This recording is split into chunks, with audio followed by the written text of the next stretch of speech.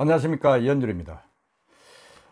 추미애 법무부 장관의 어떤 행태로 인한 이 파열음이 지금 이제 완전히 막바지로 치닫고 있습니다. 이 추미애 법무부 장관과 이제 윤석열 검찰총장의 어떤 대립, 이 뭐 제가 전에 유튜브에서도 말씀드렸습니다만은, 사실은 저는 이게 뭐 이렇게까지도 갈지 않을 것이라고 저는 예측을 했었습니다. 왜냐하면 두 사람 다, 추미애 장관은 정치적인 야심 있는 사람이고 윤석열 총장은 이 정권의 가장 큰 공로자 아닙니까? 그래서 뭐 그렇게까지 가지 않을 것이다 생각을 했는데, 결국은 이 막장까지 왔습니다. 이 추미애 법무장관의 이 드라이버가 완전히 블랙홀이죠. 블랙홀이 이 문재인 정권을 삼킬 정도로 지금 아주 거세게 지금 휘몰아치고 있습니다. 저는 오늘 그 이야기를 좀 해볼까 합니다. 어쨌든 간에 이 추미애 법무장관이 윤석열 검찰총장 직무 집행정지 처분을 내렸는데, 거기에 이제 윤석열 총장이 이제 그 효력을 일시 중지해달라고 이제 법원에 이제 소송을 냈었죠. 가처분 신청을 했는데, 그게 오늘 받아들여졌습니다. 그 바로 윤 총장은 이제 직무정지 일주일 만에 이제 업무에 복귀를 했습니다. 그러고 또 오전에는 법무부 감찰위원회가 이제 이 추미애 장관의 윤 총장에 대한 집행정지 징계 청구가 어떠냐 하는 그런 내용의 어떤 논의를 했었는데, 그게 만장일치로 부적절하다 이렇게 얘기를 했습니다. 그렇게 되니까 이제 그 고기영 법무부 차관, 그 장관 밑에 차관이죠. 차관이 오늘 사의를 표명했습니다. 이 오늘 정말로 바쁜 일련의 일들이 지금 연속으로 지금 발생을 하고 있습니다. 그러니까 이제 법무부는 윤 총장의 징계를 2일에서 4일로 연기를 했습니다. 그 오전에는 감찰위원회, 오후에는 법원 판결, 그 다음 고기현 차관의 사의 표명, 그리고 이어서 징계위원회 연기, 뭐 이런 아주 숨가쁜 일정들이 오늘 벌어졌는데, 제가 볼 때는 이거 정말 이 추미애 법무부 장관이 좀 너무 심하게 지금 밀어붙이는 거 아니냐. 물론 그 배후에는 뭐 문바가 있다고 볼 수 있습니다. 강성 문재인 지지파들 지금 버티고 있고, 사실은 지금 뭐 누굽니까? 정세균 총리나 이낙연 대표들은 힘을 못 쓰고 있지 않습니까? 힘을 못 쓰고 있고, 사실상 이 판을 움직이는 세력들은 이제 그 문바들입니다. 문바들은 뭐 누구 특정인을 거명을 하면 뭐 좀 그렇죠. 뭐 대충 여러분도 아실 겁니다.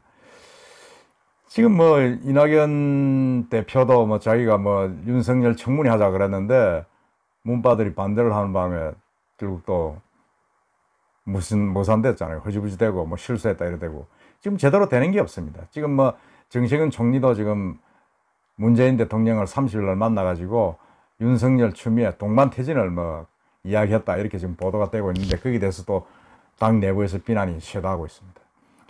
저는 이 사태가 빨리 진정이 되지 않으면 안 된다고 누누이 말씀드렸는데, 이미 제가 볼 때는 좀 시기를 놓쳤다. 우리가 주식으로 이야기하면 손절매 타이밍을 놓친 거다.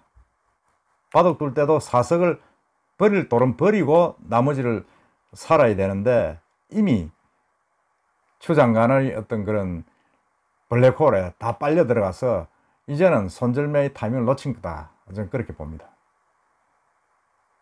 정말로 지금은 주식으로 보면 거의 한 절반 이상 지금 손실이 나 있기 때문에, 지금 예를 들어 손절할 때는 너무 데미지가 크다 그런 생각이 듭니다. 그렇지만은 이 문재인 정권의 어떤 그런 1년 반 남은 그 마무리를 위해서라도, 조기 레임덕을 막기 위해서라도 어느 정도 정리할 건 정리해야 된다 그런 생각이 듭니다. 참 그러고 보면 문재인 대통령의 어떤 사람 서는 부분들을 저는 알 수가 없습니다. 너무 우유부단한 것 같기도 하고, 아니면 뭐 두 사람 끝까지 싸워가지고 이긴 사람 손들어 주겠다 하는 어떤 로마 황제의 검투를 보는 그런 느낌도 들고 그렇습니다. 하지만은 이미 문재인 정권의 어떤 그 말기죠. 지금 뭐 레임덕은 기정사실이고 추미애 장관의 블랙홀로 집중적으로 빨려 들어가고 있다. 그리고 사실은 뭐 그럴 수밖에 없는 게 추미애 장관을 한번 봅시다. 추미애 장관은 어떻습니까? 육선 의원회 당대표까지 지냈고 김대중 대통령 키즈입니다. 김대중 대통령이 스카우트한 인물이고 아주 그냥 뭐 추다르크락 할 정도로 막 강성 이미지 가진 분이죠. 그러고 이미 당 내에서도 많은 지지를 받고 있는 그런 인물입니다. 윤석열 총장도 마찬가지 아닙니까? 못지않죠. 이 문재인 정권을 출범하고 난 뒤에 적폐청산 뭐 이런 과정에서 혁혁한 공로를 세운 우리 문 정권의 가장 큰 뭐라 그럽니까? 공신이라고 볼 수 있습니다. 지금 뭐 적폐청산에 가장 타겟되었던 이명박 전 대통령, 박근혜 전 대통령 구속시켰죠. 양승태 대법원장 구속시켰죠. 우병우 민정수석 구속시켰습니다. 문재인 대통령 정권에서 대통령 2명, 대법원장 1명, 하여튼 굵직굵직한 사건들은 전부 다 윤석열 당시 서울지검장 손에 의해서 처리가 돼서 지금 영의 몸이 되고 있지 않습니까? 그러니까 뭐 누구보다 1등 공신이죠. 그러니까 이 정권에 대해서 윤석열 총장은 할 말이 많은 겁니다. 왜? 내가 이렇게 이 정권을 위해서 큰일을 했는데 왜 당신들이 말이 많으냐. 큰 소리 칠 수 있죠.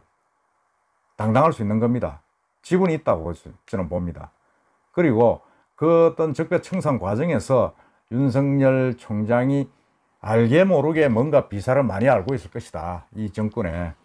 그래서 지금 이 문재인 정권이 총장을 시켜놨지만은 윤석열 총장을 두려워하고 있는 거죠.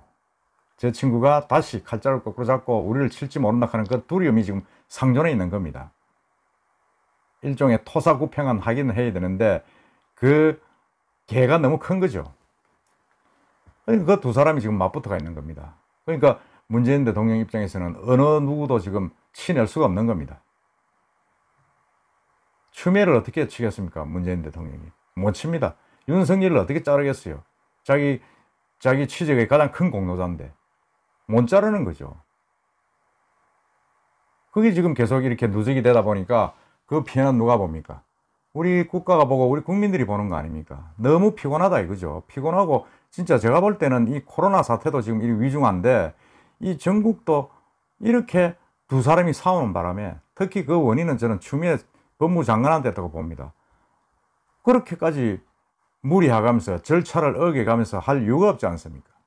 지금 법원에서도 그랬지 않습니까? 행정법원에서도 이 정부 정지 효력을 중단하는 걸 받아들이면서 여기 이제 금전 보상, 불가능한 손해일 뿐더러 정신적인 어떤 그런 피해는 보상할 수가 없다. 그리고 절차상의 여러 가지 문제, 이런 부분들은 안 된다. 지금 처분 효력이 발생하면 결국 사실상 해임 정직하고 똑같다. 그건 뭐냐? 검찰의 독립성, 정치적 중립성을 보장하기 위해서 임기를 2년으로 정한 검찰 청구법에 위가 된다. 뭐 이런 등등의 어떤 내용으로 좀 기각했지 않습니까? 그러면 그런 부분에 대해서 추 장관이 인정을 해야 되는데 아직도 인정을 하지 않고 있지 않습니까? 그리고 제가 볼 때는 이렇게 밀어붙인 데는 추 장관이 혼자서 하지 않을 것이다. 뭔가 믿는 뒷배가 있다. 뒷배가 뭐냐? 그러면 그게 이제 문재인 지지 강성 세력들이라고 봅니다. 국회 지금 한 50여 석 지금 그 의원들로 의원들이 있다고 지금 분석이 되고 있죠. 그리고 얼마 전에 결성된 차기 정권 창출을 위한 삽전영K 그 위원회, 거기 멤버들이 전부 다 문바들입니다.